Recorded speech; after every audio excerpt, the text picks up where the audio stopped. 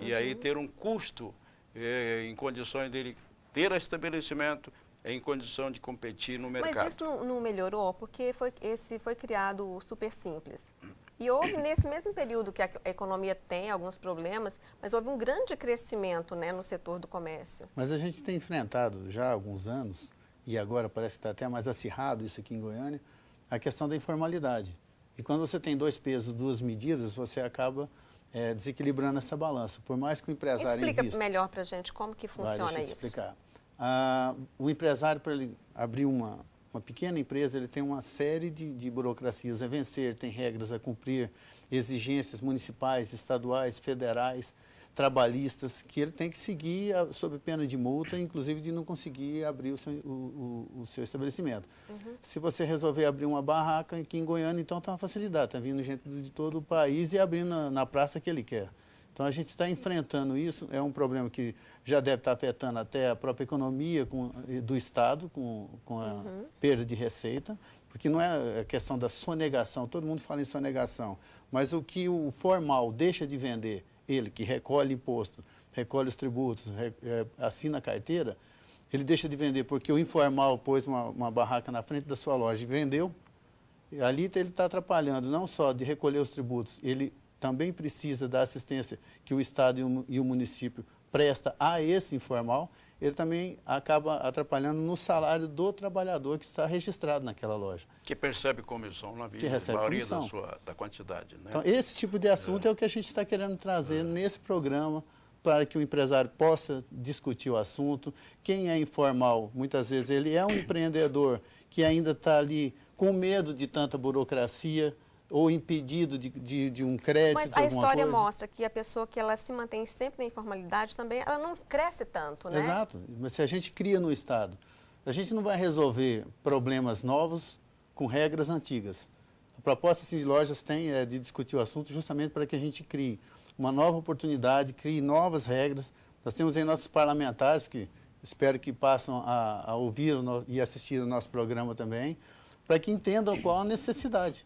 Tem hora a gente vê, assim, às vezes, perdendo um tempo, criando um nome de praça, um nome de rua, alguma coisa, e a gente com problemas mais emergentes para serem resolvidos e que, se estiverem em consonância com as entidades, com a federação, com sindicatos, a gente consegue achar um caminho novo e, quem sabe, Goiás não dá mais um exemplo, como já andou dando exemplo há alguns anos. E é um setor que tem muito peso. A gente estava conversando aqui, né, que representa 1/4 do PIB goiano. Brasileiro. Aqui no estado nós representamos 60% do PIB estadual, comércio e serviço.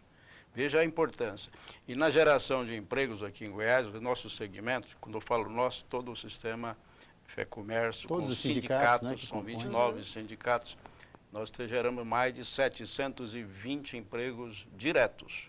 E temos uma participação, só o comércio varejista e o atacadista, no ICM, 41% do ICM é gerado pelas operações do comércio varejista e atacadista, fora a área de serviço. Então, é uma importância muito grande. E nós temos uma preocupação, Lilian. A cada dia o governo federal, especialmente, vem trazendo mais novas normas, leis em cima dessa classe que representamos, que o Sindiloja representa também.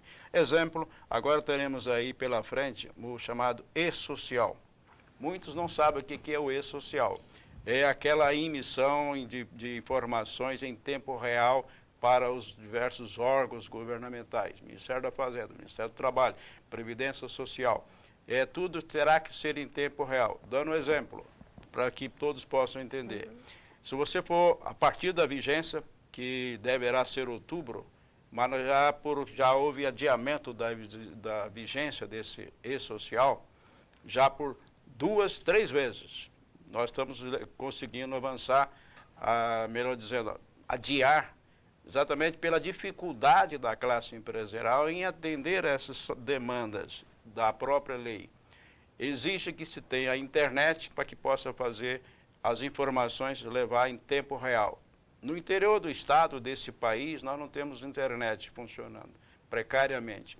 Mas se você deixar de dar uma informação sobre a contratação de um servidor, um empregado, no dia de hoje, fazê-la amanhã, você já está infringindo a lei e deverá receber porque houve a informação com um dia de atraso, com uma multa que vem pela internet para você.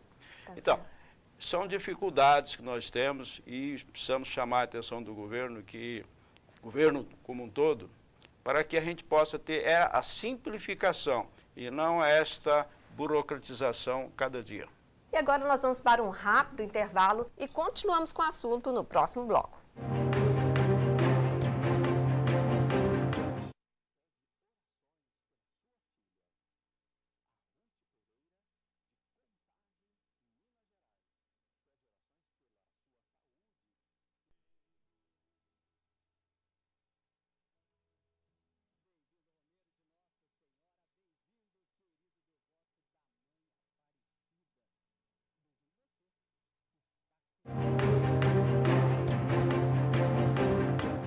Estamos de volta com o Momento Cindy Lojas. Estamos falando hoje sobre a burocracia para o empresário criar uma empresa ou se manter nos negócios. E um dos assuntos que surgiu aqui foi o e-social.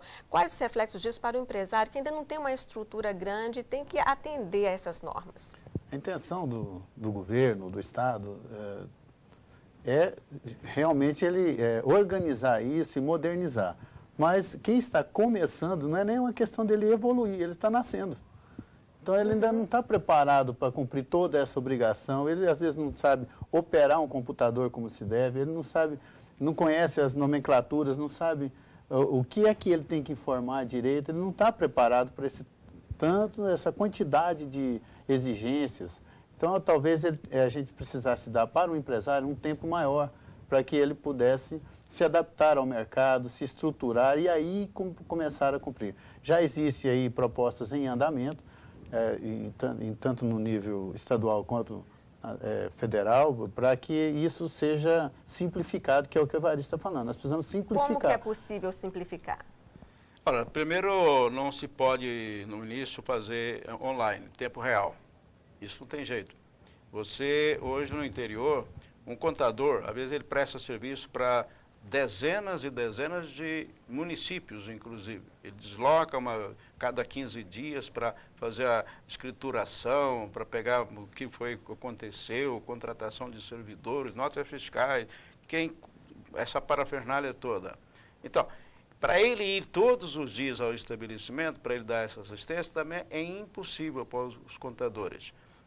Para ele treinar um elemento e deixar lá, nós temos dificuldade porque a internet não funciona bem pelo interior desse país. Ele teria que ter, além do contador, um outro funcionário, ou nesse caso, apenas um funcionário substituiria o contador também, que seria um outro lado da moeda, né? Que simplificando. Dois pesos, duas medidas. Você tem ali uma situação governamental com toda a estrutura, técnicos capacitados, pessoas com um treinamento e com conhecimento suficiente para elaborar um projeto que é para funcionar. Só que esqueceu de combinar com a outra parte, ela não evoluiu desse jeito. O próprio governo não deu ao povo brasileiro ainda essa evolução. Então, a gente precisa discutir mais esse assunto. É o papel dos sindicatos, é o papel da federação e outras entidades também que trabalham a favor do empresário. E estar entrando nesse assunto com os órgãos públicos. O empresário hoje que tem dúvidas sobre isso, o que ele deve fazer? Primeira coisa é procurar o contador. Segunda coisa é procurar o seu sindicato.